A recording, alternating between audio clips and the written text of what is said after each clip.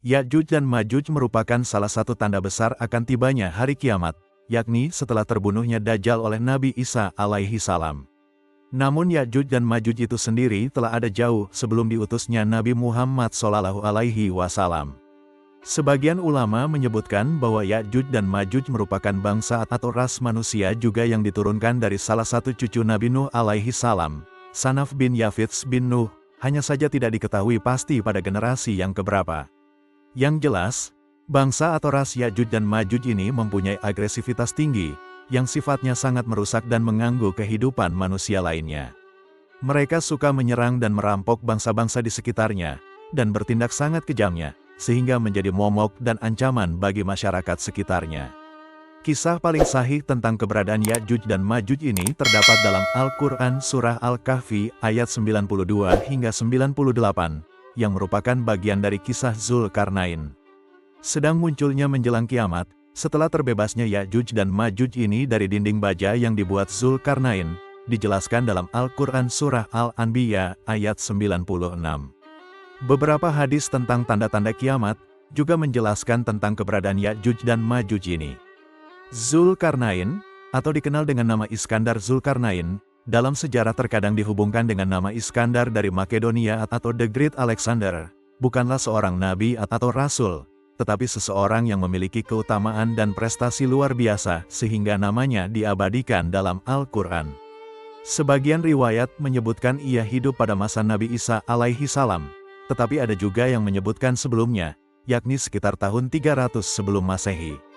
Ada juga pendapat yang menyebutkan ia hidup sekitar 1500 sebelum Hijriyah, atau 900 sebelum Masehi, wallahu a'lam. Allah memberikan kepada Zulkarnain keimanan, kecerdasan, kekuatan dan kekuasaan, serta pasukan yang sangat kuat. Ia bisa menaklukkan dan menyatukan wilayah barat, Afrika, hingga wilayah di timur, India, menghapuskan segala macam kezaliman dan menebarkan keimanan serta kedamaian di wilayah-wilayah tersebut. Kemudian Zulkarnain melanjutkan misinya ke arah utara, hingga tiba di suatu negeri yang bergunung-gunung. Ada yang menyebutkan itu di wilayah Turki, atau wilayah Azerbaijan atau Armenia sekarang ini. Zulkarnain kesulitan melakukan komunikasi dengan penduduk di daerah itu karena mempunyai bahasa yang berbeda. Tetapi akhirnya ia memahami kalau masyarakat di sana sering mengalami gangguan dan ancaman dari bangsa Ya'juj dan Ma'juj yang berdiam di antara gunung-gunung yang menjulang tinggi. Mereka berkata, "Hai Zulkarnain, sesungguhnya Ya'juj dan Ma'juj itu orang-orang yang membuat kerusakan di muka bumi, maka dapatkah kami memberikan sesuatu pembayaran kepadamu, supaya kamu membuat dinding antara kami dan mereka?" Sejak awal melakukan muhibah ke segala penjuru bumi, Zulkarnain mempunyai misi untuk menyebarkan kebaikan dan keamanan semata-mata karena mengharap keridhaan Allah, tidak karena ambisi kekuasaan, kekayaan dan nama besar. Karena itu ia berkata, "Apa yang telah dikuasakan oleh Tuhanku kepadaku terhadapnya adalah lebih baik, maka tolonglah aku dengan kekuatan, manusia dan alat-alat, agar aku membuatkan dinding antara kamu dan mereka." Zulkarnain mulai menggerakkan pasukannya untuk membuat proyek dinding atau bendungan yang akan menutup akses Ya'juj dan Ma'juj keluar dari wilayahnya, dengan bantuan penduduk setempat. Ia meminta mereka untuk mengumpulkan potongan-potongan besi dan tembaga sebagai bahan pembuatannya. Sebagian ulama menyebutkan, dinding atau bendungan itu terdiri atas dua lapisan besi setinggi dua gunung yang mengapitnya, di tengah-tengahnya dituangkan tembaga yang telah dicairkan dengan panas sangat tinggi.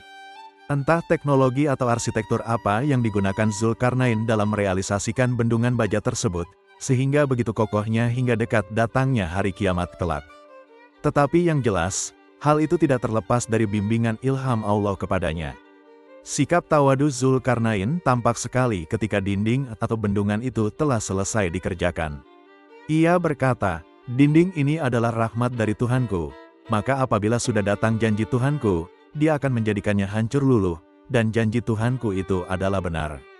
Sebagian riwayat menyebutkan, tempat tinggal Ya'juj dan Ma'juj itu adalah jurang yang begitu dalam, terkurung oleh dua gunung yang dindinginya begitu tinggi, hampir tidak bisa didaki karena begitu licinnya.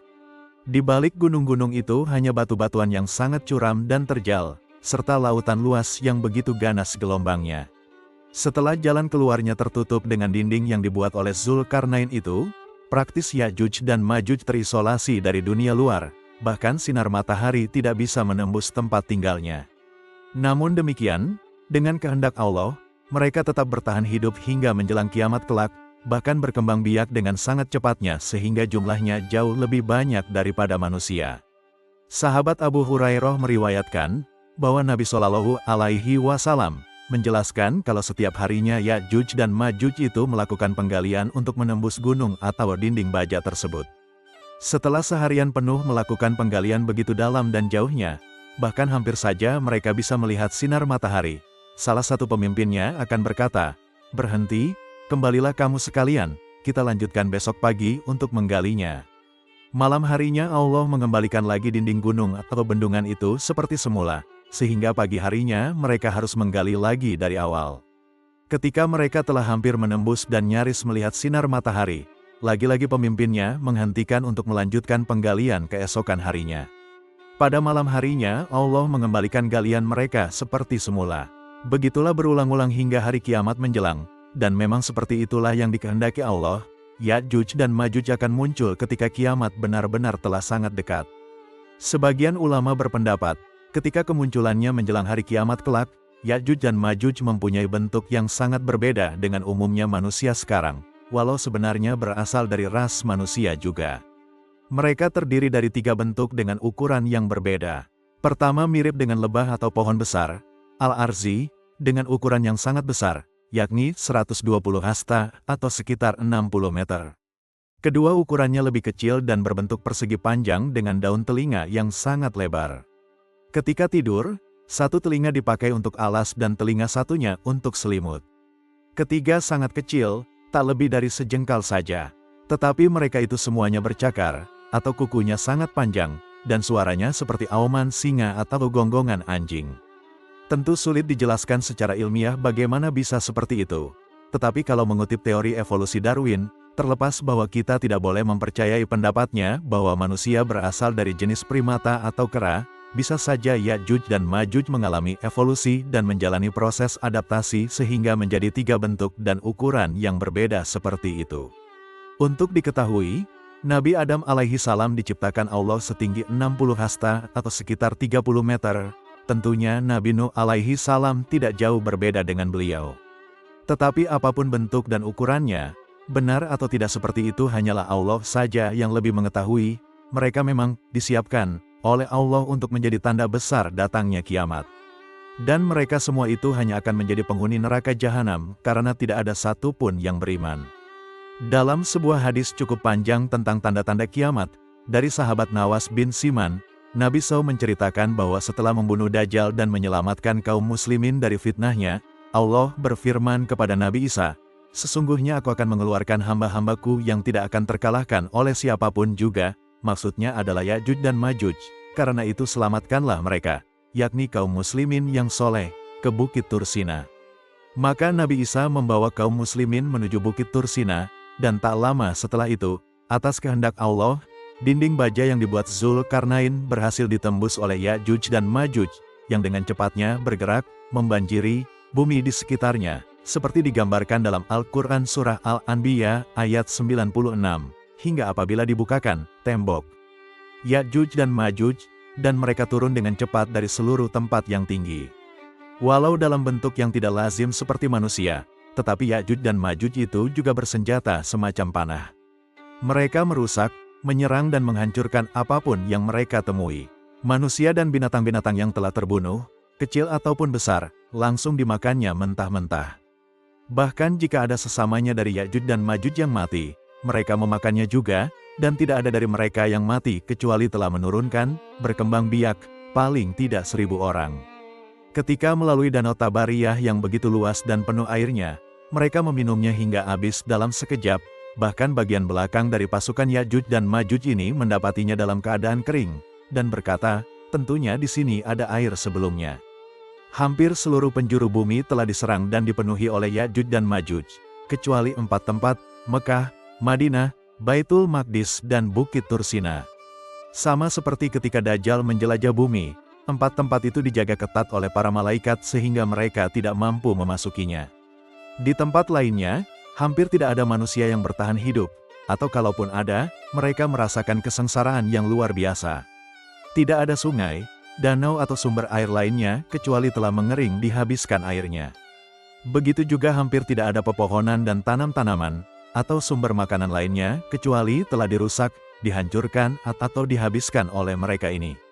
Bahkan orang-orang yang bertahan hidup di 4 tempat tersebut, termasuk Nabi Isa dan para pengikutnya juga mengalami penderitaan yang tidak terperikan karena terbatasnya makanan. Satu kepala sapi saat itu bisa lebih berharga daripada 100 dinar, 1 dinar adalah uang emas berkadar 22 karat dengan berat hampir 4 gram. Dalam puncak penderitaan itu, Nabi Isa berdoa kepada Allah agar Ya'juj dan Ma'juj dilenyapkan, dan Allah mengabulkannya. Tiba-tiba mereka dihinggapi penyakit, semacam ulat yang menggerogoti leher dan mereka jatuh bergelimpangan di tempatnya masing-masing. Riwayat lainnya menyebutkan, mereka dihantam oleh angin puyuh yang pernah menghancurkan kaum Ad, dan hanya dalam waktu 1 jam tidak satu pun dari mereka yang masih hidup. Nabi Isa dan kaum muslimin lainnya langsung sujud syukur. Tetapi permasalahan belum selesai sampai di situ. Begitu turun dari Bukit Tursina, mereka sangat terganggu dengan adanya bangkai Ya'juj dan Ma'juj yang tidak mungkin mereka kuburkan secara normal karena begitu banyaknya. Lagi-lagi Nabi Isa berdoa, dan Allah mengirimkan ribuan burung sebesar unta, yang berwarna hitam dan berparuh besar. Dengan paruhnya, mereka membawa bangkai-bangkai itu ke tempat yang tidak dihuni manusia. Dalam riwayat lainnya, bangkai-bangkai itu dibuang ke laut untuk makanan ikan-ikan dan penghuni laut lainnya. Walau bangkainya telah lenyap, tetapi kotoran Ya'juj dan Ma'juj itu masih berserakan di seantero bumi, begitu juga dengan baunya yang menusuk hidung. Maka Nabi Isa kembali berdoa kepada Allah, dan Allah menurunkan hujan yang begitu derasnya, membersihkan dan menyucikan bumi seperti sedia kala. Tetapi baunya tidak bisa lenyap begitu saja. Diperlukan waktu 7 tahun sampai bau Ya'juj dan Ma'juj itu benar-benar hilang, terkadang dibantu dengan menyalakan api untuk mengurangi baunya. Ya'juj dan Ma'juj adalah salah satu tanda besar menjelang kiamat yang mengingatkan manusia akan kekuasaan Allah dan pentingnya keimanan.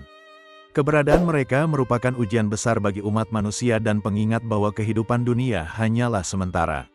Wallahu a'lam. Semoga kisah ini menginspirasi sahabat semua. Jangan lupa like dan subscribe untuk berbagi kebaikan.